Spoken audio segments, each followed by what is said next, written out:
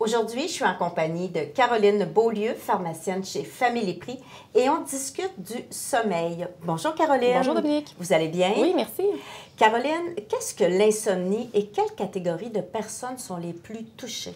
Bien, en fait, il y a différents types d'insomnie. Ça peut être, dans le fond, des difficultés d'endormissement, comme ça peut être aussi des réveils fréquents durant la nuit.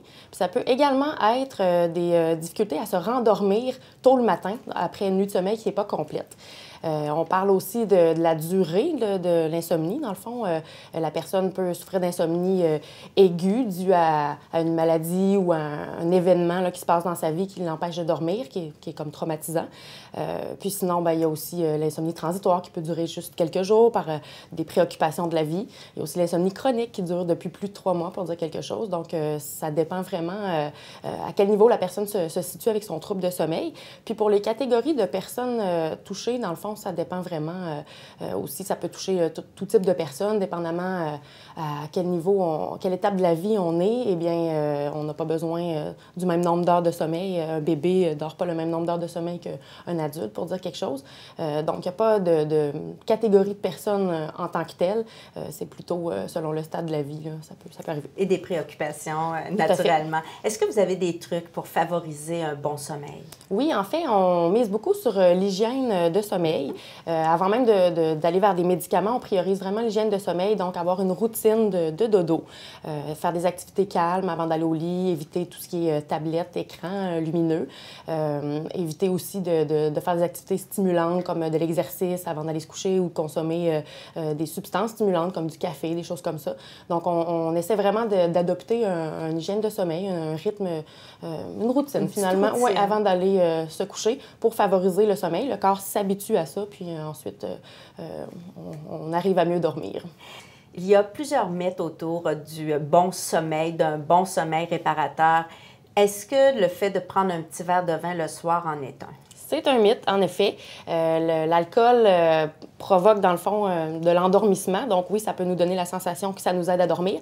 Mais au niveau du sommeil réparateur, on ne le trouve pas. Dans le fond, ça allège vraiment les stades du sommeil. Puis on n'ira pas avoir une bonne nuit réparatrice là, si on a consommé de l'alcool, tout au contraire. Existe-t-il différents médicaments en pharmacie qu'on peut se procurer pour favoriser un bon sommeil? Il y en existe, effectivement.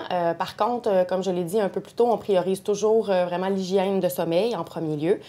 Sinon, ben, c'est de consulter là, son pharmacien pour voir les différents produits là, qui sont adaptés à nous. Puis c'est souvent des choses qu'on utilise de manière temporaire. Puis on essaie d'instaurer une bonne routine de sommeil. Puis souvent, ben, on peut se débarrasser là, du médicament, ce qui est le but ultime. Peut-on devenir dépendant aux somnifères qui nous sont prescrits? Oui, tout à fait. C'est un peu pour ça que j'utilisais le terme « débarrasser », parce qu'en fait, on veut pas s'habituer aux effets du médicament. On veut pas avoir à le prendre sur une base régulière là, le plus possible. Comme je le disais, la clé, c'est vraiment l'hygiène de sommeil. Puis effectivement que les médicaments, autant prescrits que sans ordonnance, peuvent causer une accoutumance. Dans le fond, si on résume un peu, c'est de se trouver une routine à soi qui favorise notre sommeil. Tout à fait. Est-ce vrai que les siestes de courte durée sont favorables pour le sommeil? Oui, en fait, on privilégie toujours des siestes de 10 à 20 minutes. Ça peut paraître surprenant, non, tout à fait, parce que si on y va vers 45 minutes ou plus encore, on rentre vraiment dans des stades de sommeil plus profonds. Puis ça va affecter notre vigilance au réveil, donc ça va être moins productif d'avoir fait une sieste. Et la sieste, c'est toujours en après-midi ou il y a différents moments de la journée? On peut la faire au moment de notre choix. Par contre, on privilégie de la faire avant 15 heures parce que sinon, après, on pourrait avoir des troubles d'endormissement rendus au soir. Caroline, en terminant, parlons du sommeil chez les petits bébés. Si un enfant ou un petit bébé dort beaucoup moins dans le jour, est-ce normal?